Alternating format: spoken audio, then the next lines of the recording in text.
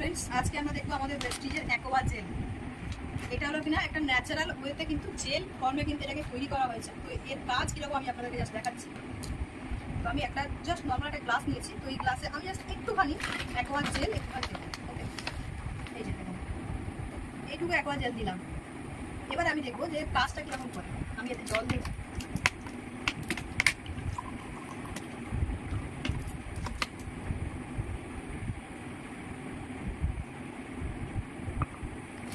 আর একটু জাস্ট আমি aqua jail দিচ্ছি।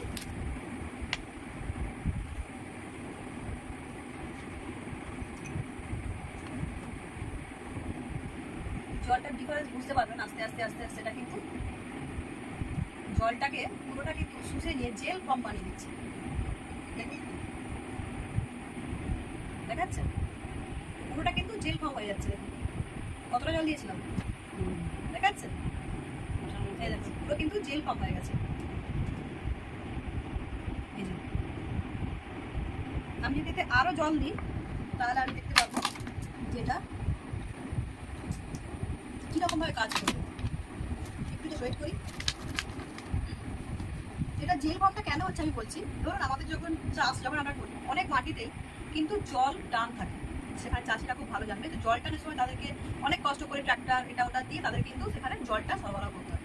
বাট এটা যদি কেউ অ্যাকোয়া জেলটা যদি আমাদের নিয়ম অনুযায়ী আমরা গাইড করলে, তো আমাদের নিয়ম অনুযায়ী যদি কেউ অ্যাকোয়া জেল ব্যবহার করে, তখন তার ক্ষেত্রে কিন্তু জমিতে জল যদি একবারই দিলে কিন্তু তার এইভাবে কিন্তু দেখুন আস্তে আস্তে আস্তে আস্তে এটা কিন্তু জেল ফর্ম করে যাচ্ছে, রাইট।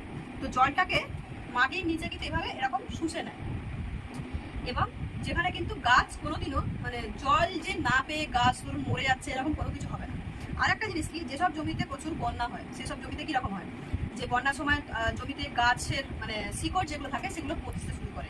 বাট অ্যাকোয়া জেল যদি কেউ ইউজ করে তো সেই ক্ষেত্রে কি হয়, জমিতে আপনার শিকড়গুলোকে পচাবে না, মানে পর্যাপ্ত পরিমাণে জলটাকেও রাখবে, রেখে আগাছগুলোই কিন্তু পুরো বার করে দেবে, মানে নিকাশির মতো কিন্তু বার করে দেবে। সুতরাং আমাদের গাছ দেখুন কতটা জমে আছে। তো এটা যখনই থাকবে ধীরে ধীরে, আমি কিন্তু একটুখানি করে দিয়েছিলাম, ধীরে ধীরে ধীরে ধীরে এটা কিন্তু পুরোটাই কিন্তু আরো শক্ত জেলির মতো হয়ে যাবে।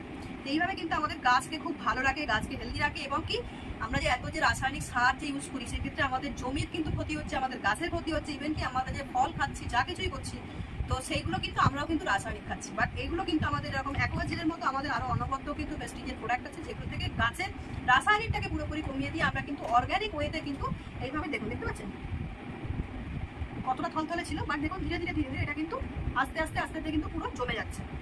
তো এইভাবে কিন্তু ন্যাচারাল ওয়েতে আমরা কিন্তু গাছকেও ভালো রাখতে পারবো, আমাদের তার সাথে হেলথকেও ভালো রাখতে পারবো, এবং জমিকেও ভালো রাখতে পারবো, রাইট। তো আমরা কিছুক্ষণ জাস্ট দেখলে দেখুন, এই দেখুন এই যে আমি এরকম ঘোরালে একটু জাস্ট জল আসছে না, এটাও কিছুক্ষণ পরে দেখবেন আর জলটা আসবে না, এটা কিন্তু পুরোটাই কিন্তু একদম জেল হয়ে গেছে। এখানে হাত দিলে আমি বুঝতে পারবো, এই দেখুন দেখতে পাচ্ছেন, এই দেখুন পুরো জেল ফর্ম হয়ে গেছে। এবং গাছের পুষ্টি শোষণ থেকে আরম্ভ করে যাবতীয় যা কিছু কিন্তু পুরোপুরি ন্যাচারাল ওয়েতে কিন্তু এগুলো এভাবে কিন্তু আমাদের অর্গানিক ভাবে কিন্তু কাজ করে, একদম অনবদ্য পদার্থ। এই দেখুন দেখতে পাচ্ছেন।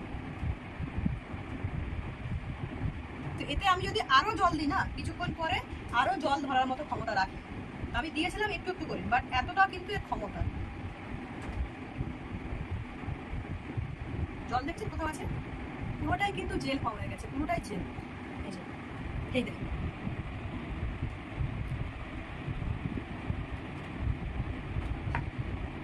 তো আসুন আমরা আমাদের পরিবেশকেও ভালো রাখি এবং আমরা আরো হেলদি থাকি।